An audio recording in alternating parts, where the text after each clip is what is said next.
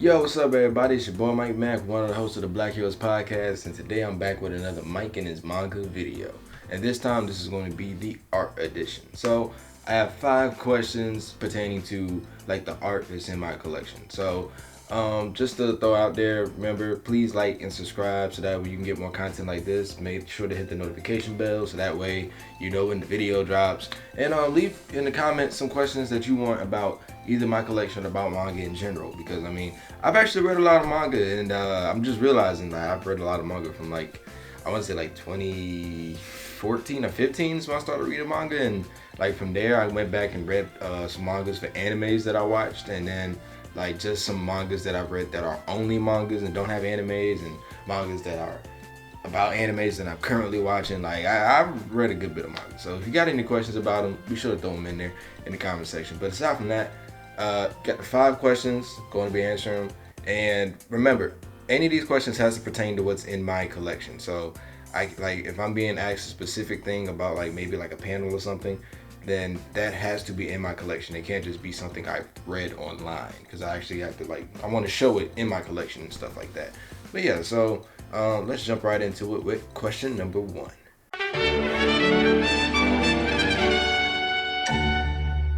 Top 5 art in my collection. So the top 5, starting with 1, you know what I'm saying, obviously, would be between Berserk and Vagabond. I can't choose between the two of them. Miura and Inoue, they are freaks of nature. But actually, my top 3 are honestly freaks of nature when it comes to drawing. But yeah, like with Berserk is mainly on the fantasy type of style, that with the monsters, the gore, not the gore, but the horror feeling, and you know, just the monsters and the demons that get drawn. Like the panels of how he handles things as well. Like there's a panel where Guts is like about to rage out, and you see him like going into this all black form, but then it's like a light emerges and he sees Casca, and he remembers that he has to protect Casca. So it's like things like that has Berserk, like, you know what I'm saying, probably top 1. But then you also have Inoue, where this feels like you're watching real life happen. You know what I'm saying? So his art is so realistic.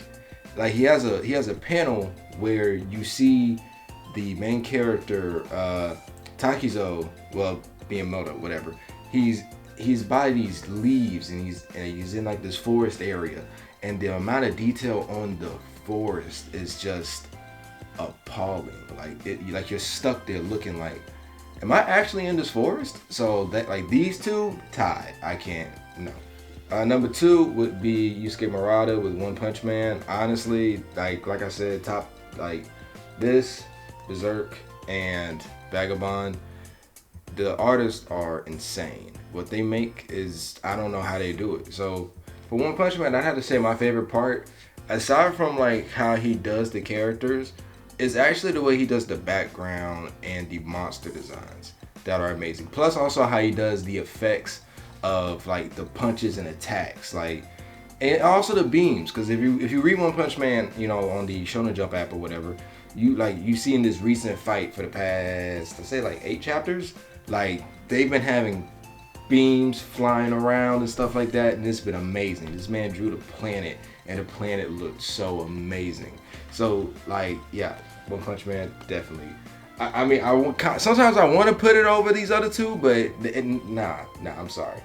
It's, be comfortable in number 2 or like 3 or whatever. I don't know. Number 3, Hell's Paradise. Man, the art, how do you say it? Yuji Kaku does an amazing job with this, and the way he does the backgrounds is honestly my favorite thing about it. The fighting choreography is amazing too, but the backgrounds and the way everything looks on this island that these people are stuck on is mind-blowing. I love it so much. So that's definitely the highlight of his art. But then, you know, it's also the fight choreography and stuff like that. But it's just mainly those backgrounds, man.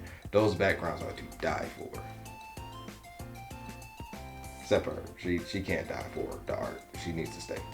Number 4 is Boichi with Dr. Stone. Like I said, man, Weekly Shonen Jump, best art.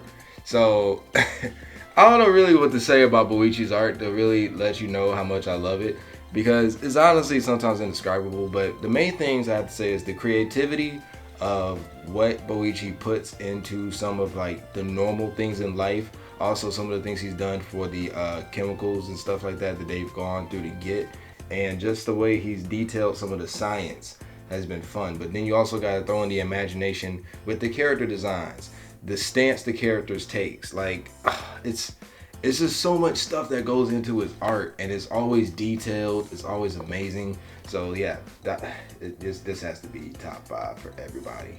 If not, you just don't read Dr. Stone. And if you don't, read Dr. Stone. And number 5, probably a surprise hit for a lot of people, Kakegurui.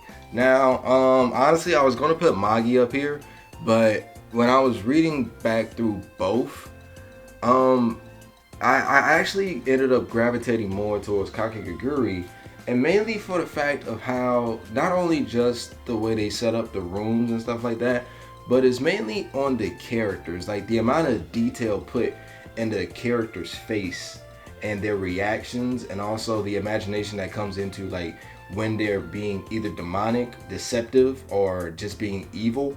Like just that like had it boost Kakegurui so much in my personal rating of art itself in manga. Like that is amazing, to be honest with you. But yeah, so that's my top 5, and now let's move on to question number 2.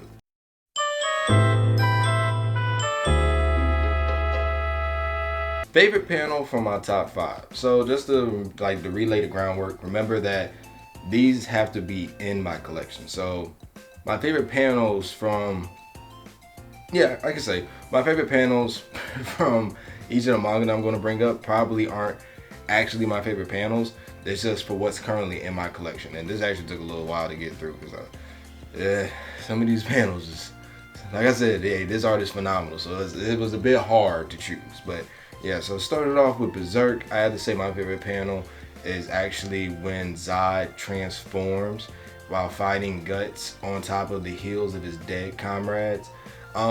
This panel is so amazing to me because of just the way that Zod is emerging from the smoke and Guts is there, but you just see him standing there and he looks just ready to fight instead of how he looked before when he first met Zod, where he was kind of scared. So I mean that panel itself just was so striking, like, because you saw it coming, but then just the way that Miura handled it was just amazing. So yeah, definitely that one. With Vagabond, my favorite panel is actually from volume 1. Well, for the big edition, I don't know what actual volume it is, but yeah. So when it comes to Vagabond, with this panel from where what is Buddy's name? Well, when the swordsman strikes Takizo, it's this panel of him like sheathing his sword, striking him, and then putting his sword back. It's just so clean, and the fact that like Inoue went with no background, you know what I'm saying, like just made it more impactful. And so you see him just like this strike happens, and it's done in a way that like in that moment you can tell nothing would have moved and nobody would have noticed. So it catches everybody off guard. So like the panel itself is just so impactful and beautiful. I was stuck there looking, and also the way he detailed the motion of the sword and him putting the sword back in his sheath, like perfect. For One Punch Man, my favorite panel is actually when Child Emperor pulls up in this mech suit to fight off this rooster monster thing. I can't remember the name of the monster, but it's so impactful because Child Emperor was scared and he was kind of like running on the end of his thoughts, and he's like running through his bag of tricks. But then like the monster does this attack, this big like plume of smoke, and then out of it just comes this just dope ass like mech, and he's just standing there, and then the guy's on the ground looking scared. Like it's just great, man. So that definitely has to be my favorite panel from One Punch Man. Hell's Paradise. This is actually a very simple panel, but it's actually where Gabimaru is sitting with his wife. Now, the reason why is because they have a previous panel in this same volume where Gabimaru is like losing his memory due to kind of some of the fatigue and stuff that he's dealing with. And for that to come back, that imagery to come back to kind of help fix his mind, it was just very poetic and very beautiful to me. So I decided, I was like, yo, this is my favorite panel for right now at least. I'm pretty sure later on something else will happen. And I mean, like I said, I appreciate Hell's Paradise mainly for the backgrounds and stuff. But this panel was so poetic that I was like, I love this panel so much. And plus, he looks so happy, man. Like, I'm a big fan of Gabimaru, so I was like, yo, he looks so happy right here. I just want him to be happy at the end of the story. Oh, I hope he's happy at the end of the story. For Dr. Stone, my favorite panel is when they're showing a thundercloud. I can't remember the specific cloud name, but it's when they built this hot air balloon and they're going on this adventure in the sky, and then, you know, they're trying to maneuver through this cloud. But the way Boichi designed the cloud to look like a dragon. All right, and also, if you know me, my favorite like mythical creature or creature in general is dragons. So the fact that he had this thing look like a dragon, and the way it looks so imposing and terrifying, because it's supposed to be. They're heading into a thunderstorm in a hot air balloon, a makeshift hot air balloon. Like, yeah, that should be scary. So I just love the way that looked. That panel was amazing to me. And I mean, there are some other panels that I would have put up with it, but for bias reasons, I had to go with that panel. For Kakegurui, it actually comes from volume 11. I remember it specifically. And it's when Riruka takes off her mask while she's going up against Rin. Now, the reason I find this to be so striking is because it's such a great moment of character development. And it's like, it's something that makes me feel very proud of Riruka, you know? From this girl who is just mimicking her sister, following her sister's orders and stuff like that, to a true moment of standing in her own identity. I was like, oh, plus she looks so beautiful.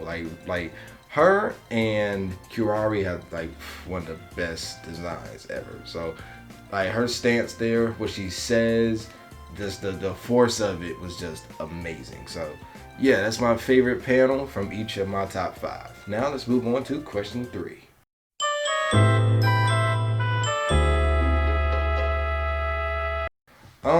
So I decided to go with 5 when it comes to underrated art, and I won't really like expound too much on it. I'll just talk about which ones I think are underrated. So just to kind of start it off, I'd have to say Yona of the Dawn.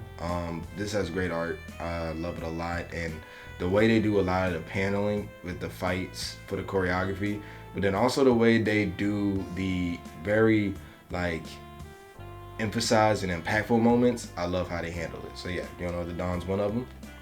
Nura, Rise of the Yokai Clan. This is some of the cleanest double spreads I've ever read.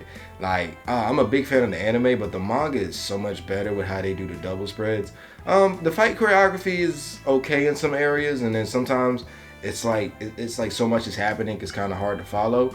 But for the double spreads in this thing and the stances that a lot of the character takes, especially for some of the character designs with a technique that's incorporated later on, man, just phenomenal. Should also mention the volume covers are fire. But yeah, so Nura, Rise of the Yokai Clan, another one. Gintama. Now, I was actually surprised to hear that people actually didn't like the art of Gintama. I can understand kind of in the beginning stages with some of the faces and character designs, but as far as how fights are handled and stuff like that, the choreography was always amazing and the backgrounds are always amazing. But on top of that, I have to say later on in Gintama, it's like top tier art all the time. So yeah, definitely Gintama's another one. Mar. This might be my most underrated manga. Like, this is a great story, and the art in this, especially for the time period, was just phenomenal. I love it so much. And when I watched the anime as a kid, you know, it was very childish and stuff like that, but then the manga actually goes on a much more serious route. So like the impact on some of the panels where some characters don't make it or some characters are making their stand is just mind-blowing. I love it a lot. And Bleach. Now, this might be surprising to some people to see this here, but I just found out some people actually think Bleach has the weakest art in the big 3, and they talk about like, oh, Kubo doesn't have backgrounds and stuff. When you have character designs like Kubo, you don't need backgrounds, all right? Kubo is the best at just having his characters be so detailed, and then having them just in these stances that are just so impactful. So like there's that. Plus when he does draw backgrounds, them junks fire too. So yeah, miss me with all that nonsense when you talk about that. So yeah, as far as like having no background but still having your panel or your double spread be so impactful, definitely Bleach is like one of the best.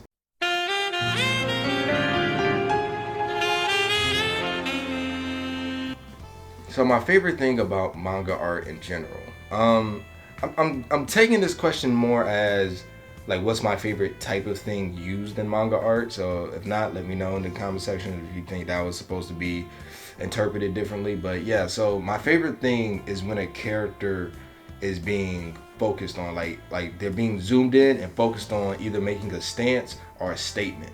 To give an easy example is in Bleach in the 1,000-Year Blood War. Ichigo is off training and Soul Society is getting attacked, and he returns and he's talking to one of the other characters who are like, Ichigo, what are you doing here? And then he has this stance, like it's just this panel of him there smiling, and he's like, yo, I'm here to help you, or I'm here to save you. And the way the art is just centered around Ichigo, it's focused in on him. He's there, you see him smiling, confident. And it's mainly from the fact that like earlier he was dealing with a lot of strife and struggles. So this panel showing him there smiling and ready to fight was just so impactful. So that's why it's one of my favorite things. And you know, and almost all of them have it. Give another example real quick. Boarding School Juliet. The main characters, Romeo and Juliet, this is actually kind of funny. They have this secret relationship and it gets found out. And you know, they're being challenged, they're being yelled at, but then they both have this stance. They're just like, yo, our love's not wrong. We're still right. And it's so impactful for what was going on in that situation that I was just like, oh, so beautiful. So yeah, that's definitely my favorite thing to always see. And I feel like most of the mangas I read have them. So like, if I see that in the manga, I instantly love that panel. 10 out of 10 panel already. So yeah, there you go. Now let's move on to question number 5. Who has the best art evolution? That is a great question. Wow, I don't know. I kind of want to go with Hiro Mashima, I feel, because I've been following Hiro Mashima since Rave Master. So I watched Rave Master as a kid when it was like on Sci-Fi or something like that. And then I went back and finished the manga back when I was probably in my second year of college. So I know where Hiro Mashima started and where he is now while doing Eden Zero. And just the contrast is amazing. And it feels like it keeps getting better.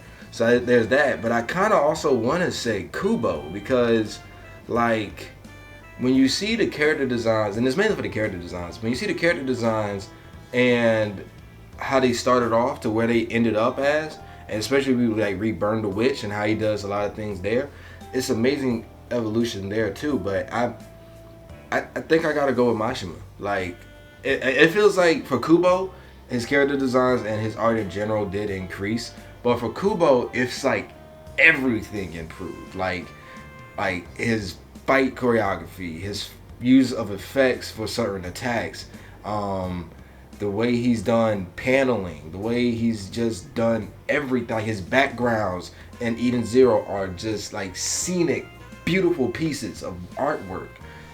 So I think I gotta go with Hiro Mashima. Like art evolution wise, that is amazing. So that's it for Mike and his Manga Art Edition. I had a lot of fun doing this video and talking about art and what I like about art specifically. Please be sure to comment your favorite artists. You know what I'm saying? It could be either mangas or even comic books or, you know, stuff like that. Because, I mean, art is art, man. Art is subjective, sure. But for the most part, if you see a beautiful piece of art, it's hard to really just deny a beautiful piece of art. So I'm always happy to give my opinions on art because I'm a big fan of it. I can't draw. I think that's why I'm a big fan of it. It's like a love-hate relationship. But yeah, so definitely there's that one. Please be on the lookout for some more Mike and his Manga videos because I got other topics that I'm covering and I can't wait to get to them. But aside from that, man, that's it for me. So always remember to surpass your limits and plus ultra. This shit is too easy. Tell them I have no rivals. when I walk up in the spot, they know they nothing to me, and they gotta beg for their survival.